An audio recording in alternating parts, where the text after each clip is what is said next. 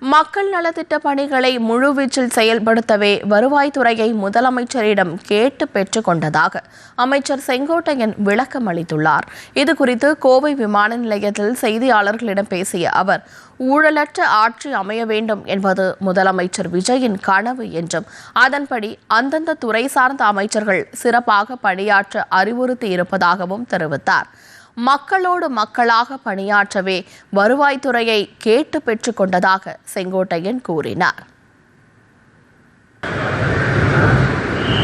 தமிழக முதல்வர் புரட்சி தளபதியை பொறுத்தவரையிலும் தமிழகம் வாழ வேண்டும் என்பதுதான் அவருடைய நோக்கம். வளர்ச்சி பாதையை நோக்கி பயணம் செய்ய வேண்டும் என்பதுதான் அவருடைய எண்ணம். எல்லோரும் எல்லாம் பெற வேண்டும் என்பதுதான் அவருடைய நோக்கம். குறிப்பாக ஊழலற்ற ஆட்சி நடைபெற வேண்டும் என்பதுதான் அவருடைய கனவு.